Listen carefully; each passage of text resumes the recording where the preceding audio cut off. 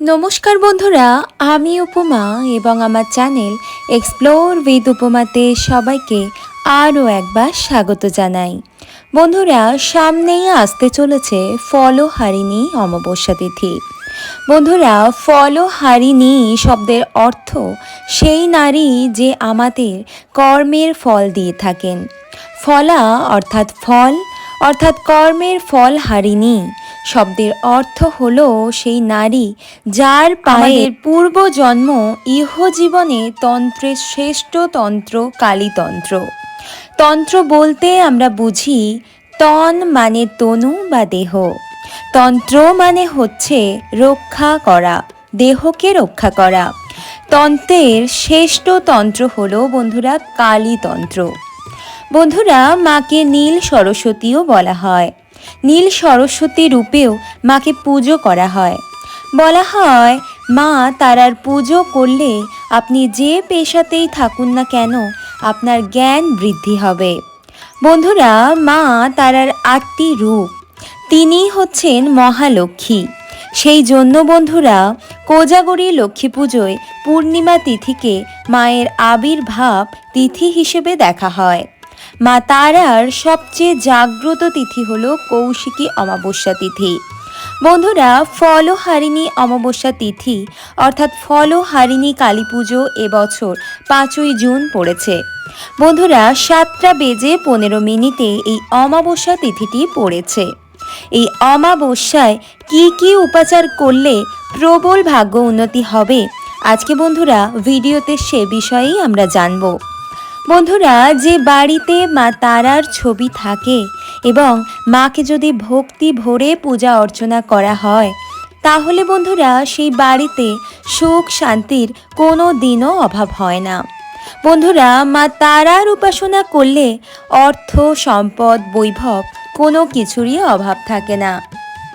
বন্ধুরা, এই অমাবস্যা অর্থাৎ এই ফলহারিণী অমাবস্যাতে শ্রীরামকৃষ্ণ 5 রকমের ফল দিয়ে মায়ের পুজো দিয়েছিলেন। বন্ধুরা, এই অমাবস্যাতে পারলে আপনারা ফল দান করুন, যে কোনো ফল দান করতে পারেন। বন্ধুরা, তাতে আপনারা ভালো ফল পাবেন। বলে রাখি, ফলের মধ্যে মৌসুমি ফল দান করবেন। বন্ধুরা, এই দিনে যারা পূজা করবেন বা করতে চাইছেন, অবশ্যই আপনারা এই দিনে উপবাস রাখুন। তারপর একটি লাল রঙের মোমবাতি এবং ফলের মধ্যে মৌসুমি ফল অবশ্যই নেবেন। জবা ফুলের মালা, ধূপ ধুনো দিয়ে মায়ের পুজো করবেন। এছাড়াও বন্ধুরা 16 কলা দিতে একদমই ভুলবেন না। বলা হয় বন্ধুরা, 16 কলা এই দিনে মা তারাকে নিবেদন করলে মা আপনাদের 16 কলা অর্থাৎ মনের সমস্ত বাসনা পূর্ণ করে দেবেন। বন্ধুরা, খেয়াল রাখবেন 16টি কলা যেন একসঙ্গে থাকে এবং 5 রকমের ফল দিয়ে মাকে পুজো নিবেদন করতে পারেন। অবশ্যই এই দিন চেষ্টা করুন কোনো মন্দিরে গিয়ে এই সব কিছু দিয়ে মায়ের পুজো নিবেদন করার। এছাড়াও বন্ধুরা, এই বিশেষ দিনে আপনারা পেতলের বা তামার যে কোনো পাত্র নিয়ে নিন। তারপর সেই পাত্রে আপনাদের পছন্দ মতো বিজোড় ফল নিয়ে নিন। সমসংখ্যক প্রদীপ নিয়ে নিন, তার মধ্যে সর্ষের তেল দেবেন এবং সলতেটি যেন লাল রঙের হয় এবং একটু কালো তিল অবশ্যই দেবেন। আপনাদের সাধ্য মতো দক্ষিণা অবশ্যই রাখবেন। তার সঙ্গে আপনারা লাল বস্ত্র অর্থাৎ লাল শাড়ি হতে পারে, যে কোনো লাল বস্ত্র অবশ্যই রাখবেন আর একটা লাল জবা ফুলের মালা সেখানে দেবেন এবং 3 রকমের পাতা যেমন তুলসী পত্র, বেলপত্র এবং নিম গাছের পাতা দিয়ে পুজোর থালিটিকে সাজিয়ে কোনো কালী মন্দিরে গিয়ে পুজো দিয়ে জিনিসগুলি তারপর কাউকে দান করে দিয়ে আসবেন। এতে বন্ধুরা আপনাদের অর্থ সৌভাগ্যতে জীবন ভরে উঠবে এবং পরিবারের সুখ শান্তি সমৃদ্ধি সব কিছুই বজায় থাকবে।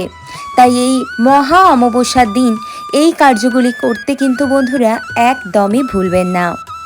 বাঙালি জীবনে ফলহারিণী অমাবস্যার বিশেষ তাৎপর্য রয়েছে। 1280 বঙ্গাব্দের জ্যৈষ্ঠ অমাবস্যা তিথিতেই দক্ষিণেশ্বরে সারদা দেবীকে আদ্যাশক্তি রূপে পুজো করেছিলেন ঠাকুর শ্রীরামকৃষ্ণ। ফলহারিণী অমাবস্যায় সমৃদ্ধি লাভের উপায় কি আছে বন্ধুরা, চলুন এবার আমরা সেগুলো জেনে নিই। তন্ত্র সাধকদের কাছেও ফলহারিণী অমাবস্যা অত্যন্ত মহাত্ম্যপূর্ণ তিথি। আর্থিক উন্নতির জন্য এই দিনে বাড়ির উত্তর পূর্ব কোণে একটি মাটির প্রদীপ জ্বালিয়ে রাখবেন, তবে তেল নয়, ঘি দিয়ে প্রদীপটি জ্বালিয়ে রাখতে হবে বন্ধুরা। প্রদীপে 3টি লবঙ্গ, 3টি এলাচ ও একটি মুদ্রা দেবেন। এই প্রদীপ কখনো নিজে থেকে নেভাবেন না। জ্যোতিষ মতে বন্ধুরা, ফলহারিণী অমাবস্যায় এই কাজ করলে মা কালীর বিশেষ আশীর্বাদ লাভ করা যায়। তাই বন্ধুরা, এই দিনে এই কার্যটি কিন্তু অবশ্যই করতে পারেন। তাতে বন্ধুরা আপনাদের জীবনে মা কালীর কৃপায় অর্থ সৌভাগ্য বৃদ্ধি পাবে। বন্ধুরা, এবার আমরা জেনে নেব কেন পালন করা হয় ফলহারিণী কালী পুজো। মা কালী জীবের কর্মফল অনুসারে ফল প্রদান করেছেন। তিনি নিজের মধ্যে সমস্ত কর্মফলকে ধারণ করেন। এই মাতৃরূপা মহাশক্তি প্রসন্না হলে জীবের দুঃখ ও দুর্দশা থেকে মুক্তি মেলে। সেই সঙ্গে শারীরিক, মানসিক, নৈতিক ও আধ্যাত্মিক শক্তি লাভ হয়। কথিত আছে বন্ধুরা, রামকৃষ্ণ দেব ফলহারিণী কালী পুজোর দিনই শ্রী সারদা দেবীকে পুজো করেছিলেন জগৎ কল্যাণের জন্য।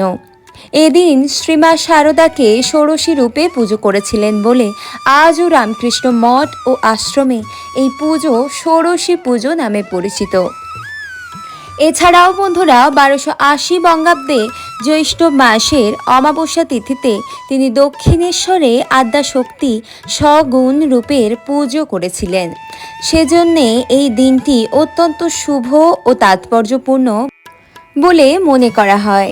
শ্রীরামকৃষ্ণ তার মোক্ষ প্রাপ্তির জন্য বিশেষ নিয়মে পুজো করলেও এই দিনটিতে হিন্দু ধর্মাবলম্বীদের নানাবিধ মরশুমি ফল দিয়ে কালীর পুজো করে থাকেন। অন্যদিকে কর্মফল হরণ করে ভক্তদেব তাদের অভীষ্ট ফল, মোক্ষ ফল প্রদান করেন। ফলহারিণী কালী পুজোর দিন মা কালী স্বয়ং তার সন্তানদের শুভ ফল প্রদান করেন এবং সেই সঙ্গে তাদের অশুভ ফলও হরণ করে থাকেন। মানুষ সারা জীবন কর্ম করে যান, কিন্তু মনে হয় এই কর্মসমূহের ফল দান করেন দেবী কালিকা।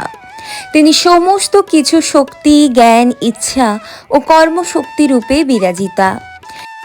আর ফলহারিণী কালী পুজো প্রত্যেকের বিদ্যা, কর্ম ও সেই সঙ্গে অর্থভাগ্যের উন্নতি ঘটায়। প্রেম প্রণয়ে সমস্ত বাধা দূর করে। দাম্পত্য সাংসারিক জীবনেও সুখ শান্তি লাভ হয়। বন্ধুরা, আম, জাম, লিচু, কাঁঠাল ইত্যাদি রকমারি ফল জ্যৈষ্ঠ মাসে সহজেই পাওয়া যায়। ভক্তেরা তাদের ইষ্টদেবকে বিভিন্ন ফল দিয়ে প্রসাদ নিবেদন করে থাকেন। শাস্ত্রে বলা আছে, জীবনের সর্বস্ব যার, অর্থাৎ একদিকে ফলহারিণী, সাধকের কর্মফল হরণ করেন। এবার আসি বন্ধুরা, এই মহা অমাবস্যা তিথিতে আপনারা কি করলে আপনাদের আর্থিক উন্নতি আরও বৃদ্ধি পাবে।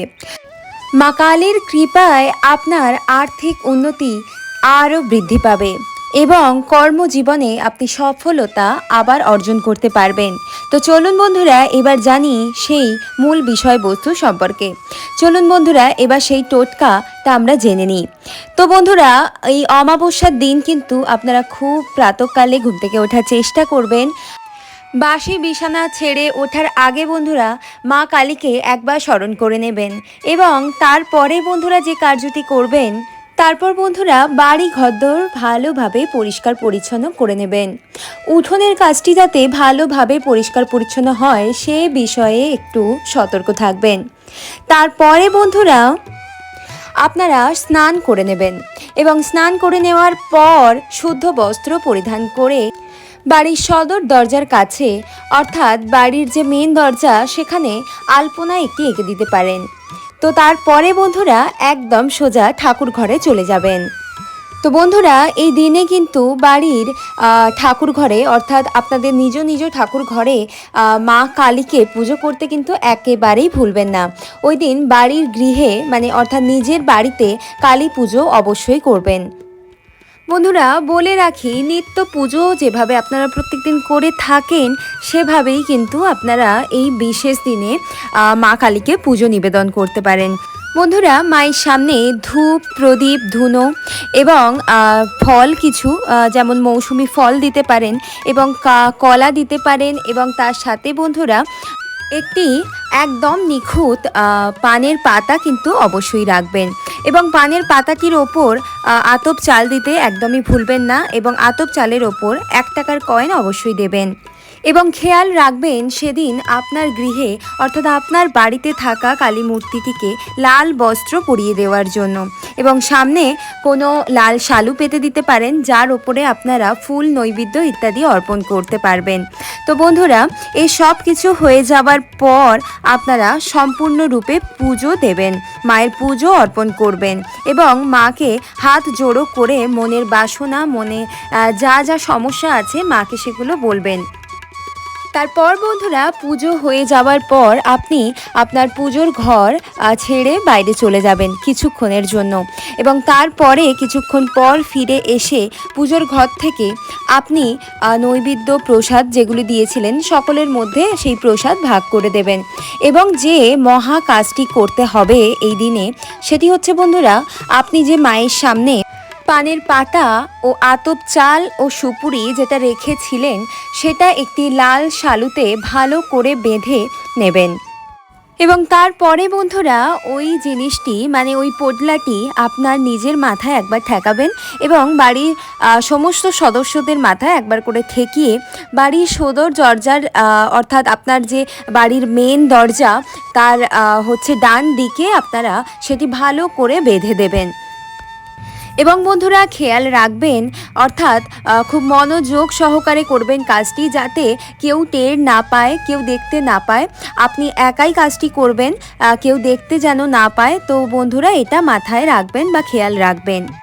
বন্ধুরা এই মহা অমাবস্যার দিনে এই টোটকাটি আপনারা একবার করে দেখতে পারেন, নিশ্চয়ই ফল পাবেন। মা কালীর কৃপা আপনার পরিবারের ওপর বর্ষিত হবে এবং আপনার পরিবারে আয়, উন্নতি, সমৃদ্ধি আগের থেকে অনেক অনেক বৃদ্ধি পাবে। আপনারা এই কার্যটি করে একবার দেখতে পারেন। বন্ধুরা আরও একটা কথা বলে রাখি, এই কার্যটি যেমন করবেন তার সাথে সাথে কিন্তু আপনাদের এই বিষয়ে খুব সচেতন থাকতে হবে। এই দিন বাড়িতে কোনো রকম ঝগড়া, অশান্তি, তর্ক বিতর্ক যেন না হয়। অর্থাৎ এই টোটকাটি করার সময়, এই টোটকাটি করার দিন যেন বাড়িতে কোনো রকম অশান্তি না হয় সেই দিকে বিশেষ খেয়াল রাখবেন এবং তার সাথে সাথে বন্ধুরা অবশ্যই নিরামিষ আহার গ্রহণ করবেন এই দিনে। আর বন্ধুরা বাড়ি ঘরদোর যেন ভালোভাবে পরিষ্কার পরিচ্ছন্ন থাকে, বিশেষ করে এই ফলহারিণী অমাবস্যা তিথিতে সেদিকে বিশেষ খেয়াল রাখবেন। তো বন্ধুরা আজকের পর্ব এ পর্যন্তই। আপনাদের সাথে দেখা হবে নতুন কোনো এক বিশেষ পর্বে। ততক্ষণের জন্য বন্ধুরা আপনারা সবাই সুস্থ থাকুন, ভালো থাকুন।